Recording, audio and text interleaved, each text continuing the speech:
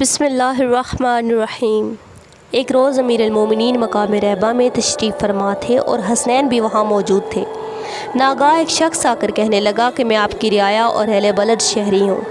حضرت نے فرمایا کہ تو جھوٹ بولتا ہے، نہ تو میری رعایا میں سے ہے اور نہ میرے شہر کا شہری ہے، بلکہ تو بادشاہ روم کا فرستادہ ہے۔ تجھے اس نے معاویہ کے پاس چند مسائل دریافت کرنے کے لیے بھیجا تھا اور اس نے میرے پاس بھیج دیا ہے۔ اس نے کہا، یا حضرت، آپ کا ارشاد بالکل بجا ہے،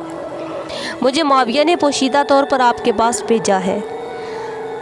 اور اس کا حال خداوند عالم کے سوا کسی کو معلوم نہیں، مگر آپ بعلم امامت سمجھ گئے۔ آپ نے فرمایا، اچھا، اب ان مسائل کے جوابات ان دو بچوں میں سے کسی ایک سے پوچھ لے۔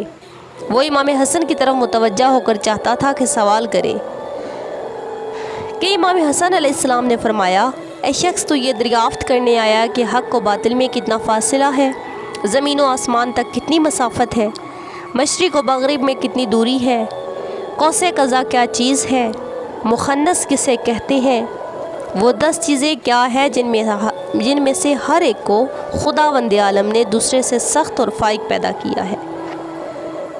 سن، حق و باطل میں 4 انگشت کا فرق و فاصلہ ہے، اکثر و بیشتر جو کچھ آنکھ سے دیکھا حق ہے، جو کان سے سنا باطل ہے۔ زمین و آسمان کے درمیان اتنی مسافت ہے کہ مظلوم کی آہ اور آنکھ کی روشنی پہنچ جاتی ہے۔ مشرق و مغرب میں اتنا فاصلہ ہے کہ سورج ایک دن میں طے کر لیتا ہے، اور قوس قزح اصل میں قوس خدا ہے، اس لیے کہ قزح شیطان کا نام ہے۔ یہ فراوانی رزق اور اہل زمین کے لیے غرق سے امان کی علامت ہے،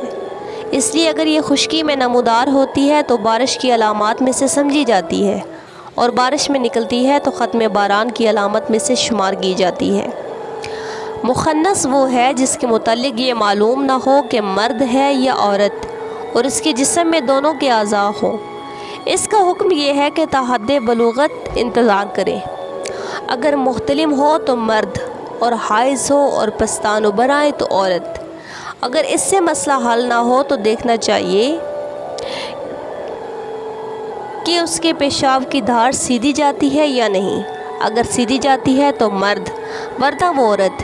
اور وہ 10 چیزیں جن میں سے ہر ایک دوسرے پر ایک دوسرے کو غالب و قوی ہے،